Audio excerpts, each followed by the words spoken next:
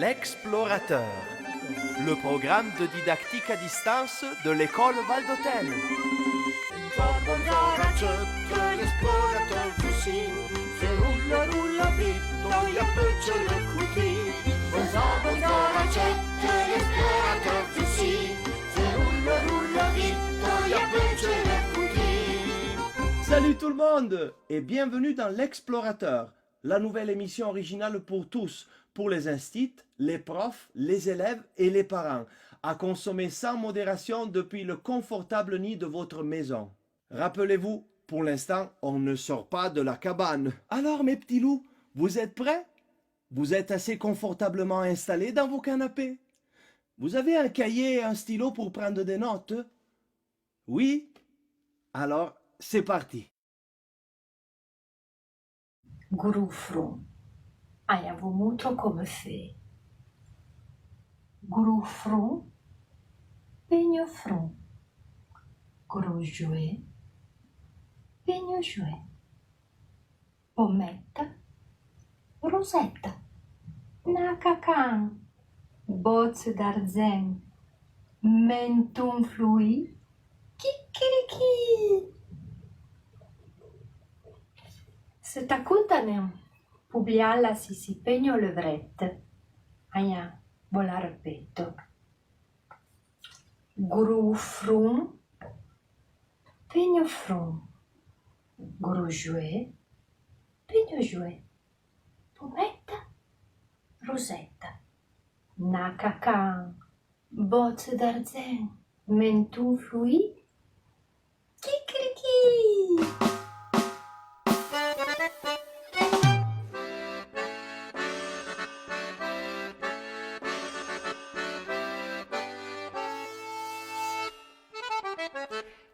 Passe vite au galop l'hôtel, passe vite au galop l'hôtel, passe vite au galop l'hôtel, Pippo lo grande di bonzo.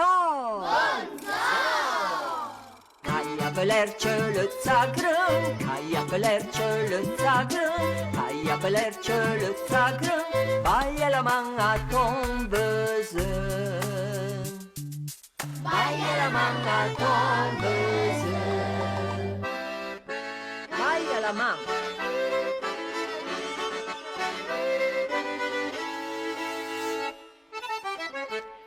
Passe vite au galop l'hôtel, passe vite au galop l'hôtel, passe vite au galop l'hôtel, Pippo lo grande di bonsoir. Caia pelerce le țagrân, caia pelerce le țagrân, caia pelerce le țagrân, baia-lo sânchea tombeuse,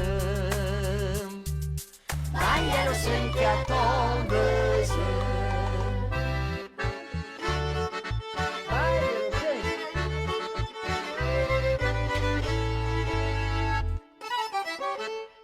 Passe vite au galop l'hôtel, passe vite au galop l'hôtel, passe vite au galop l'hôtel, Pippo lo grande di merci. Caia pelerce le țagrân, caia pelerce le țagrân, caia pelerce le țagrân, baia-n putâna tombeuse, baia-n putâna tombeuse. Baia-n putâna.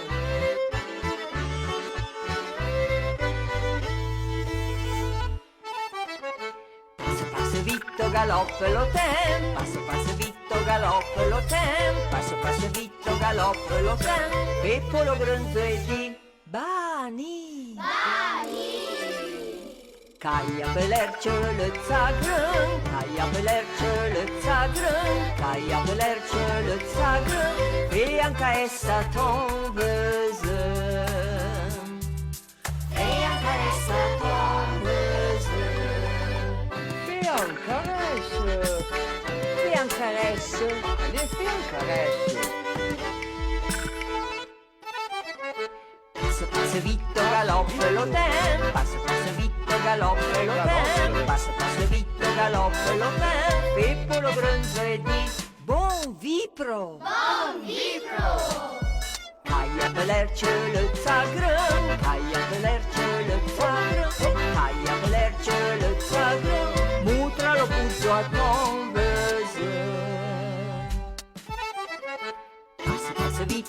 galoppelotin. Passe vitto, galoppelotin. Passe vitto, galoppelotin. Pippo lo gronzo e di Tantje. Nous allons maintenant regarder quels sont ces mots gentils qui vont nous servir pour réaliser la fleur magique. Est-ce que vous avez compris le texte de la chanson gentille là? Elle raconte que le temps passe vite et il ne faut pas être gringe, mais plutôt dire bonjour, bonsoir, merci, bonne nuit, bon après-midi et au revoir. Maintenant, nous allons apprendre ensemble comment on écrit ces mots gentils en patois. Baglia la man a tombeuse. Bonjour avec des Z. C'est bonjour, buongiorno. Baglia la man. Et maintenant, nous allons apprendre à écrire bonsoir. C'est comme en français. Bonsoir, buonasera, merci, avec un S. Ça, c'est le patois. Bonsoir. Ou encore Bani, avec 2 fois la lettre A. Ou bien bon vipro. Bon vipro, ça veut dire bon après-midi, buon pomeriggio. Et pour finir, tank. En français, salut. En italien, c'est ciao. Mais comment faire pour dire des mots gentils et faire des câlins à ceux qui vivent loin de nous? Je vous propose de réaliser une fleur magique. Il vous faut une feuille de papier, un crayon, des ciseaux et une assiette avec de l'eau. Vous êtes prêts? Baglialo 5. Tout d'abord, dessinez sur une feuille de papier le cœur de la fleur avec des pétales ouverts. Puis, découpez la fleur. Ensuite, écrivez les mots gentils sur les pétales et pliez-les sur le cœur de la fleur. Déposez la fleur fermée sur l'assiette d'eau. Et que va-t-il se passer? Fais un caresse. Fais un caresse. Allez, fais un caresse.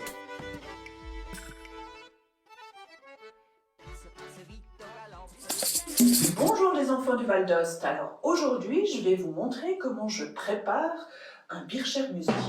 Vous devez bien vous demander ce que c'est qu'un Bircher Müsli. Alors c'est simple, c'est une spécialité suisse qui se mange en Suisse, mais aussi dans d'autres pays du monde.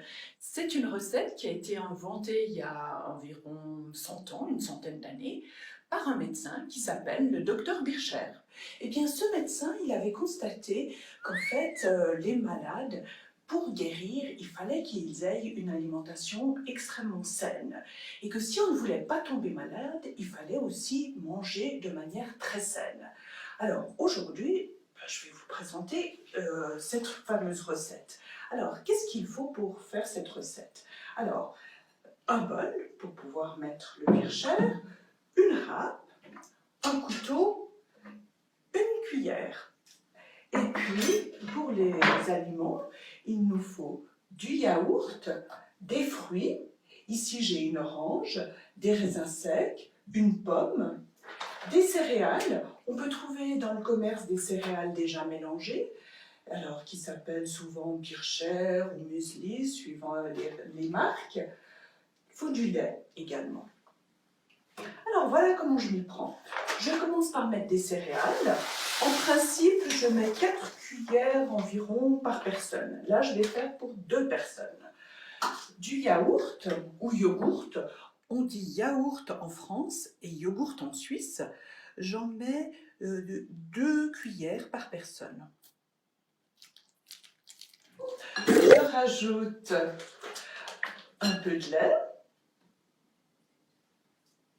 Et je commence déjà à mélanger le tout pour que les raisins se mélangent.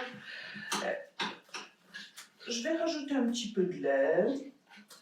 Et finalement, un peu de yaourt. Voilà, j'ajoute des raisins secs. Et pour la pomme, alors naturellement, si on n'a pas de pomme, on peut mettre d'autres fruits. Mais alors je râpe une pomme.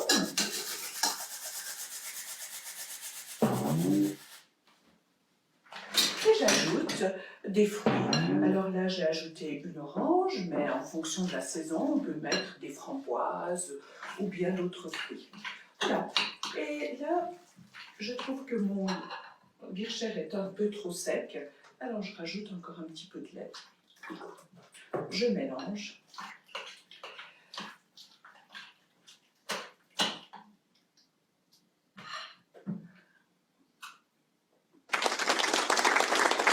Délicieux. À vous maintenant de vous préparer un Bircher muesli. Et à bientôt. Au revoir les enfants du Val d'Ost. Ciao, ciao. Le sapin qui guérit la toux.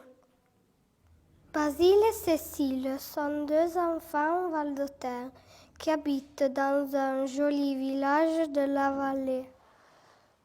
Tout près de leur maison, il y a un jardin où pousse un grand sapin vert. C'est l'hiver, il neige. Les flocons de neige sont dans le ciel. Il fait froid. Basile et Cécile sont bien embêtés. Ils sont malades, leur gorge les gratte et leur tête leur fait mal. Ils commencent à tousser, ils ne peuvent pas sortir. Ils doivent rester à la maison pour guérir. Ils regardent par la fenêtre de la chambre et ils voient des petits oiseaux blancs qui jouent dans le grand sapin. Quelle chance vous avez, vous êtes dehors et vous pouvez vous amuser. Les petits oiseaux s'arrêtent de gazouiller et ils viennent se poser sur le bord de leur fenêtre. Bonjour Cécile, bonjour Basile, comment ça va? Très mal. Vous toussez encore, mais faites comme nous, prenez du sirop de sapin. Mais où peut-on trouver du sirop de sapin? Mais ici, dans votre jardin. Votre ami, le grand sapin, est là pour vous aider. Au printemps, votre sapin aura de nouvelles pousses vertes et douces. Et vous pourrez en cuire quelques poignées et en faire du sirop. Mais comment faire du sirop? Vous prenez un bocal en verre, vous mettez une couche de pousses et une couche de sucre, une autre couche de pousses et encore une autre couche de sucre. Vous remplissez le bocal et vous le posez sur la fenêtre au soleil. Quelques jours plus tard, voilà le sirop. S'il te plaît, notre ami, le sapin, je tousse. Est-ce que tu veux donner une petite pousse? Mais oui, bien sûr. Basile et Cécile prennent les petites pousses.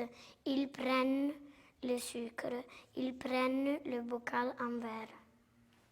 Ils remplissent le bocal en verre. Ils posent le bocal sur la fenêtre au soleil.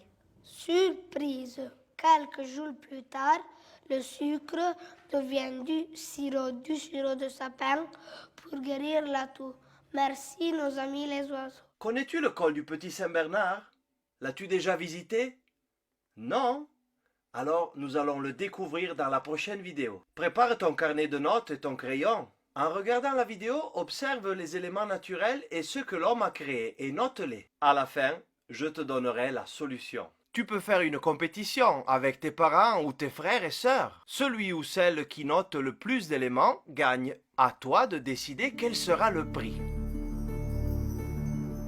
Le sens d'un passage, du passage, est dévoilé aussi et surtout par la capacité de ralentir et de regarder autour de soi.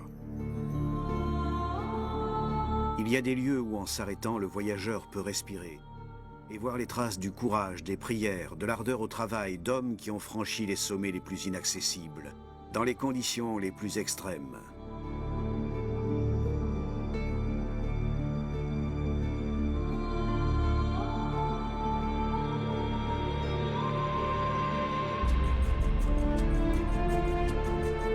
Dans les Alpes, près du ciel, dans le lieu où, déplacés par la puissance de Graius, les rochers se baissent et laissent qu'on puisse les franchir, il y a un lieu sacré où se dressent les autels d'Hercule. L'hiver le recouvre d'une neige persistante et il lève sa tête blanche vers les astres.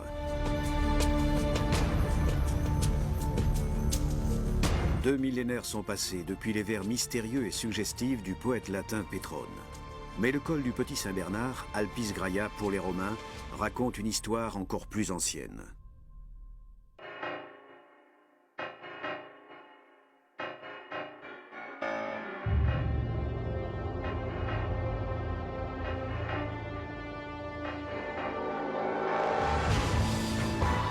Là-bas, il y a un lieu sacré qui se perd dans la nuit des temps, le cercle de pierre du Cromlech.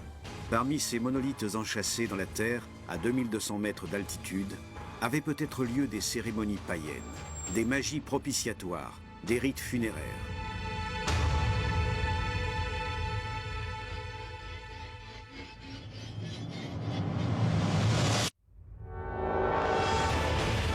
Était-ce un lieu de rencontre de culte primitif, un signe, un autel vers les étoiles, un calendrier solaire ?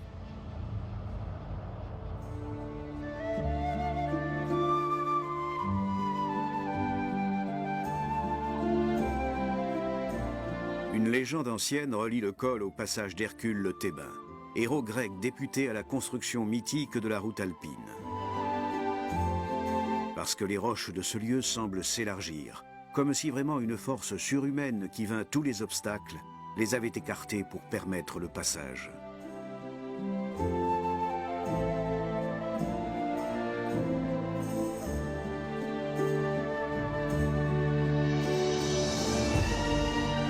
Un passage qui, pour les Romains, est un point de transit important entre l'Italie et la Gaule. Une route serpentée foulée par les pèlerins et les soldats qui aspiraient à se reposer. Apparaissent des auberges pour des haltes prolongées, où les animaux aussi doivent être nourris.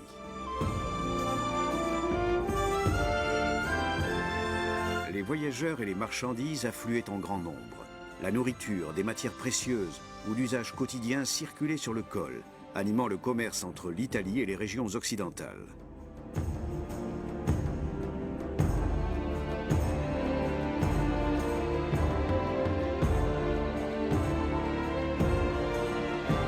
Le proitu et reditu retentit.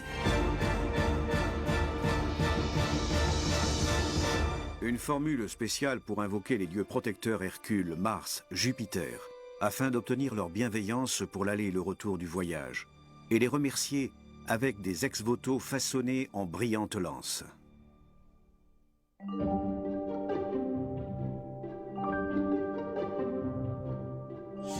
En plus du culte, cette terre de passage révèle peut-être aussi des traces de pratiques d'élevage, presque un Mayenne de haute montagne.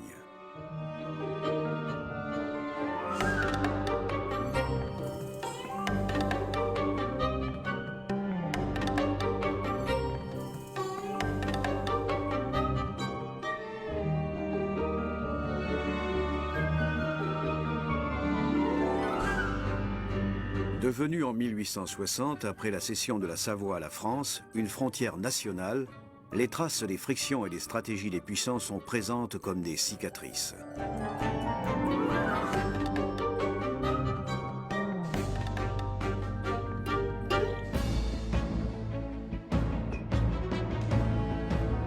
On a déjà des notices en 1602 de zones fortifiées pour empêcher le passage du col vers la vallée d'Aoste. On les utilisa plus tard dans les opérations militaires d'avril 1794, quand les troupes républicaines françaises percèrent les lignes piémontaises sur le col.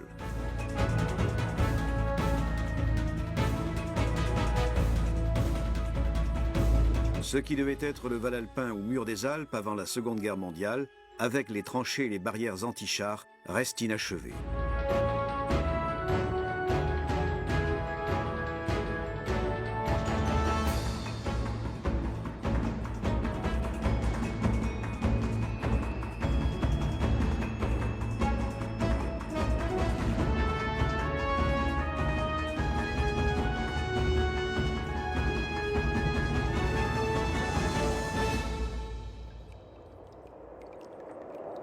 Un vent fort souffle sur le bord du vallon qui regarde la Savoie.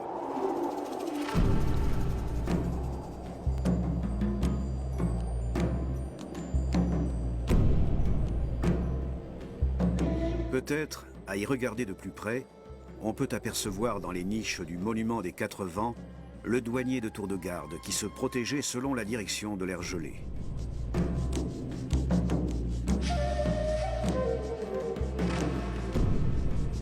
Mais il y a aussi un air qui promet du repos aux voyageurs. L'esprit d'accueil de cette terre de passage s'incarne dans l'ancien hospice construit avec les pierres de la carrière d'Ardoise, tout près de là. Fondé autour de 1045 par Bernard de Menthon avec le nom de Hospitale Columnae Jovis, il a conduit l'âme du saint à s'enraciner dans cette terre imbibée de la divinité, symbole de la puissance romaine. Une ancienne légende raconte que si l'on approche l'oreille du mur, on entend les hurlements du diable, enchaînés dans les souterrains, entre les roches.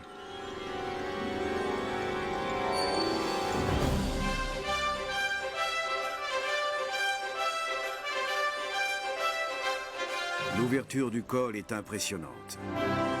Entre la pointe de l'Anse-Branette, à droite, et le mont Belvédère à gauche, les montagnes qui s'élèvent au-dessus du col accueillent un haut plateau verdoyant, dans une fête estivale de violettes.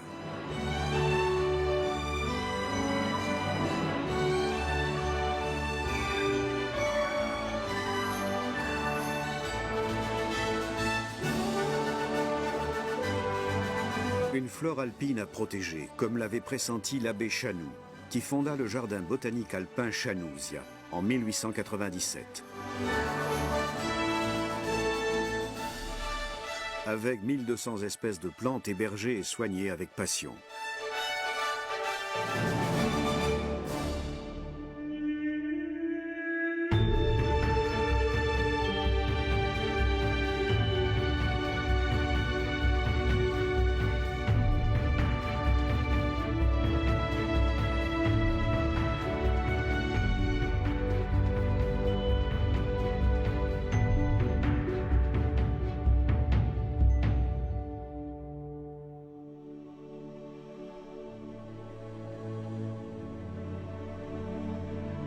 Le col du Petit Saint-Bernard est un passage où soufflent les vents forts d'une nature farouche.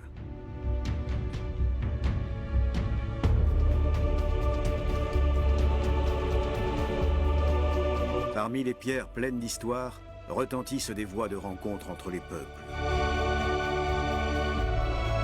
Et s'ouvrent de nouveaux parcours européens. Alors, qu'est-ce que tu as noté? Sûrement des éléments naturels comme un col, des montagnes, des animaux, et des êtres humains, et des éléments fabriqués comme une route, des bâtiments, des véhicules. Alors, qui est-ce qui a gagné? Toi? Bravo!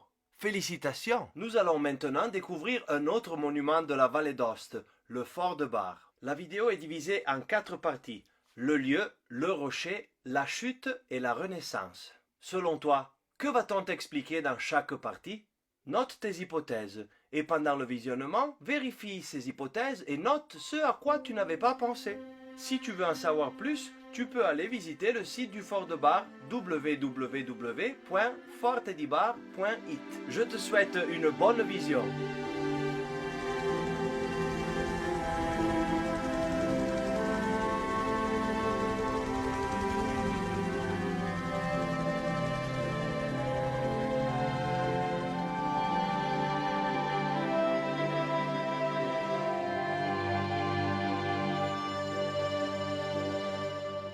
La vallée d'Aoste est terre de châteaux.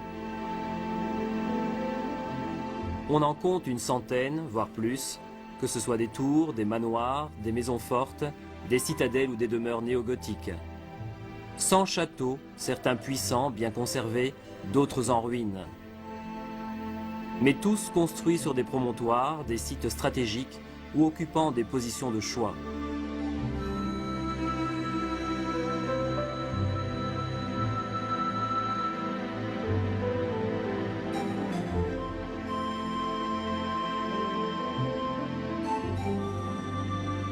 tous ces châteaux, il est vrai, le fort de Bar revêt un rôle particulier. Clé d'accès à la vallée, cette sentinelle de pierre a vu passer l'histoire à ses pieds. Payer tant de droits de péage, des armées bloquées ou des envahisseurs repoussés, jusqu'à briser contre ses murs, seul et unique rempart alpin, la marche triomphale de Napoléon. Sur la roche de Bar, écrit Giuseppe Giacosa, se succédèrent et se superposèrent avec certitude l'oppidum des Salas, le camp retranché des Romains, l'enceinte bourguignonne, le rocher féodal et la forteresse moderne, l'un détruisant les restes de l'autre ou l'un profitant de l'autre en fonction des différentes tactiques de guerre.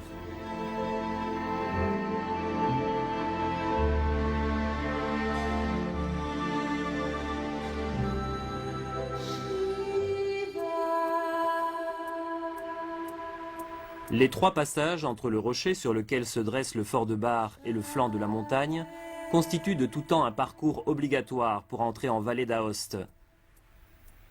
Le tracé de la route, taillé en grande partie dans le rocher, date de l'époque romaine. La voie consulaire des Gaules, construite après la soumission des Salas en l'an 25 avant Jésus-Christ.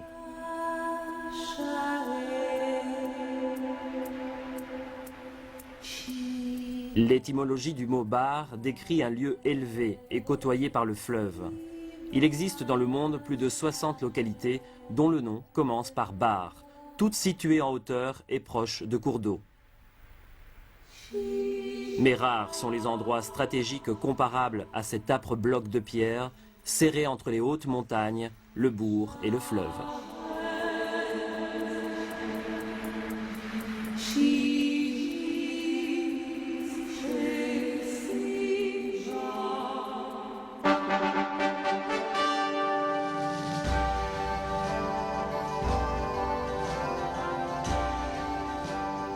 Compte tenu de sa position stratégique, le rocher de Bar dut être habité dès l'époque préhistorique. Toutefois, les documents qui en témoignent datent de beaucoup plus tard. La première citation d'un édifice fortifié remonte à 1034. Il appartenait au vicomte d'Aoste, Bozo, dont les descendants conservèrent la seigneurie de Bar jusqu'au XIIIe siècle. Conquis en 1242 par Amédée IV de Savoie, le château assuma un rôle plus précis de défense. Au XVIe siècle, il subit de graves dommages au passage des troupes françaises et espagnoles. Puis reconquis par Emmanuel Philibert, il fut restauré puis élargi. En 1661, Charles-Emmanuel II fit démanteler les places fortes de Verrès et de Montjovet et transféra toute l'artillerie à Bar, qui dès lors devint le siège des forces armées de la Maison de Savoie.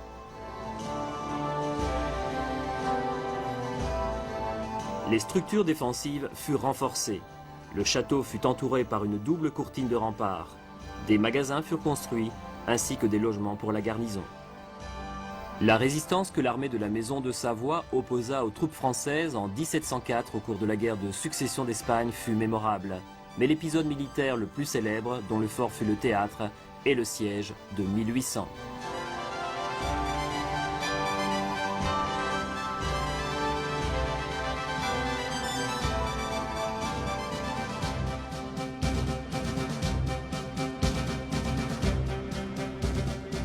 À l'aube du 20 mai, Napoléon et 40 000 hommes de son armée franchissent les Alpes pour surprendre l'armée austro-piémontaise qui occupait la plaine du Pô.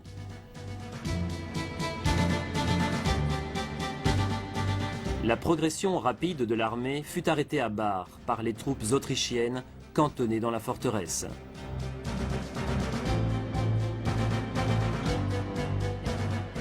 La nuit du 21 mai, surpris par une attaque nocturne, le bourg capitule, mais le fort, lui, ne se rend pas. Il ne reste donc plus aux Français qu'à assiéger le rocher. Le 1er juin, après une journée entière de bombardements, le capitaine autrichien signe la reddition, obtenant l'honneur des armes. Napoléon avait fini par surmonter l'écueil, mais dès son retour de Marengo, où il remporta une victoire éclatante, il ordonna la destruction de ce bastion qui avait mortifié son orgueil. Ce vilain Castel de Bar, disait d'un ton méprisant le premier consul en le citant, ce vilain Castel qui avait bloqué une armée avide de bataille.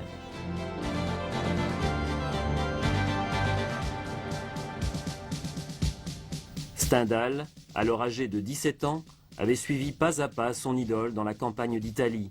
Il racontera toutes ses journées passées à chercher un passage pour déjouer le feu des canons. Une lithographie de 1829 évoque ce temps-là. Le promontoire est dégarni, muet. Sans sa forteresse, la vallée a perdu toute son identité.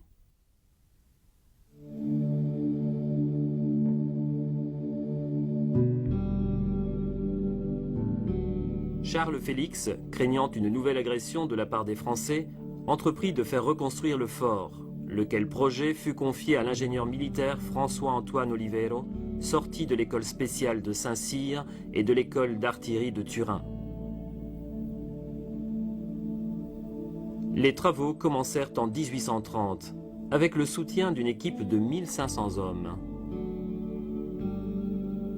Cette nouvelle place forte, un des rares exemples de conservation encore existants, fut remise à Charles Albert le 30 juillet 1838.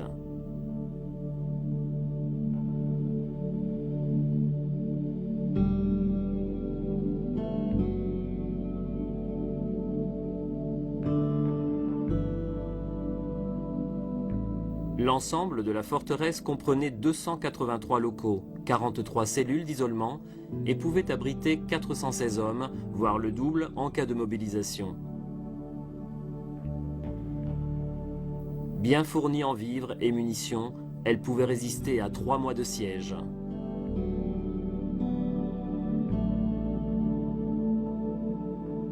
L'œuvre d'Olivero constitue un exemple classique de fortification perpendiculaire, inspirée des théories mises en place au XVIIIe siècle par le marquis de Montalembert.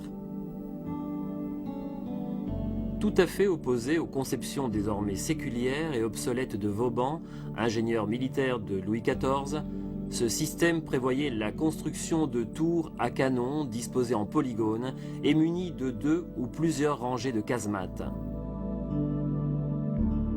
Ce système à structures autonomes était en mesure de garantir la défense réciproque en cas d'attaque ennemie, évitant ainsi que la prise d'un niveau n'entraîne nécessairement la reddition des autres. Les théories de Montalembert furent réaffirmées et rehaussées par la disposition parfaitement adaptée au sol des casemates alignées sur des plans de feu successifs. De bas en haut du rocher, la forteresse s'étirait sur plusieurs corps en tenaille. La fortification Ferdinando avec une partie haute et une partie basse, la fortification Mortaille, la fortification Vittorio dans la zone intermédiaire et la fortification Carlo Alberto. Cette dernière constituait la principale ligne de feu des artilleries de plus gros calibre, pointée en direction de la haute vallée. Les canons étaient répartis sur 2 étages de casemates insérés dans le grand complexe d'édifices de la fortification supérieure, point de rayonnement et cœur de la forteresse. Il suffit de penser à ces 176 locaux, 176 sur les 283 que compte toute la structure défensive. L'armement était établi en fonction de l'importance de la place. En 1844, Barre possédait 60 pièces d'artillerie, comprenant des canons de 8, 16 et 24 livres. Des obusiers, des mortiers de pierre et des obus de divers calibres. De petits canons à chape pour les tirs à courte portée. À 467 mètres d'altitude sur la pointe du rocher, la fortification supérieure la plus massive, appelée fortification Carlo Alberto, en hommage au souverain Charles Albert, est constituée d'un mur d'enceinte contre lequel s'appuient divers corps de bâtiments, abritant des magasins de tout genre, la poudrière, les logements, les fours, les cuisines, l'infirmerie et l'église. Chaque secteur était doté de citernes autonomes, alimentées par un système complexe de récupération des eaux.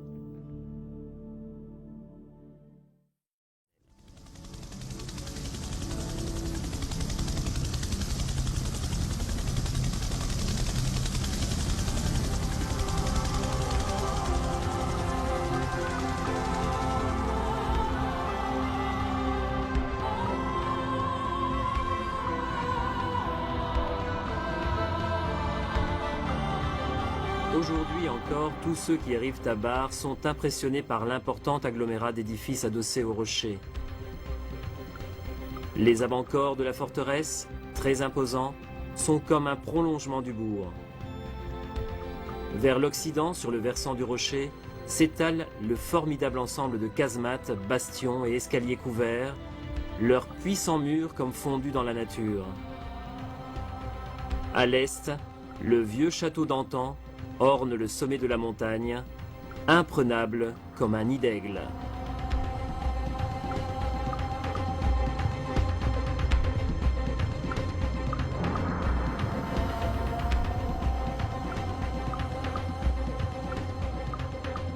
Bonjour chers élèves, chers enseignants, nous venons de voir L'Explorateur, une émission que l'assessorat à l'éducation, à l'université, à la recherche et aux politiques de la jeunesse propose pour compléter la didactique à distance.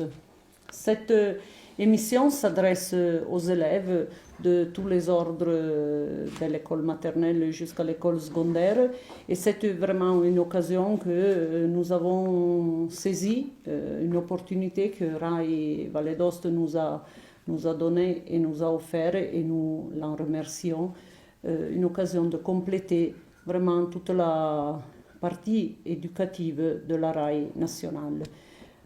Credo che sia importante anche per voi alunni e per voi ragazzi lavorare su queste piste pedagogiche che durante la trasmissione verranno offerte dal conduttore, delle piste pedagogiche che potrete seguire con i vostri genitori, accompagnati dai vostri genitori, aiutati dai vostri genitori a casa in questo momento, ma anche dai vostri insegnanti durante la mattina quando fate educazione e didattica a distanza. Io credo che poi potrete con la vostra creatività proporci anche delle altre piste pedagogiche vostre, quindi foto, video, attività che fate in casa, potete spedircele alla mail la scuola non si ferma vda@mail.scuole.vda.it e queste vostre produzioni verranno sicuramente pubblicate su Webécole. De la même façon, ces émissions seront produites sur les chaînes YouTube de la RAI, dont vous pourrez les revoir avec vos amis. Je tiens à dire que c'est une émission qui a été réalisée dans des temps très courts, avec des moyens techniques comme cette période de, disons, Covid-19 nous impose, mais seront vraiment des suggestions que vous pouvez prendre pour vous amuser et pour étudier en compagnie. Je tiens à remercier tous ceux qui ont travaillé. Nous avons demandé le soutien et l'aide d'autres assessorats, de la présidence de la région, des associations savantes. Tous ont répondu avec un très grand enthousiasme. Donc, comme assessorat, nous remercions la surintendance aux études et la surintendance aux biens culturels qui nous sont venus à nous aider. Donc, à très bientôt dans nos classes et au revoir. Les bonnes choses aussi ont toujours une fin. Mais rassurez-vous, si vous voulez continuer à vous divertir et apprendre, nous allons très vite nous retrouver sur la nouvelle émission de L'Explorateur. D'ici là, vous pourrez retrouver cette émission sur la chaîne YouTube de la RAI ou sur le site de l'école valdôtaine Webécole. N'hésitez pas à nous envoyer vos vidéos, vos photos, vos dessins et vos chansons à l'adresse La scuola non si ferma vda@mail.scuole.vda.it. Merci à tous ceux qui ont collaboré à la réalisation de cette émission, malgré les difficultés du confinement. Au revoir les enfants. Danke. Tschüss. Ciao. L'Explorateur, le programme de didactique à distance de l'école valdôtaine. L'esplorateur così, se rulla rulla vitto, gli appiccia le cuti, bonza bonza racetta.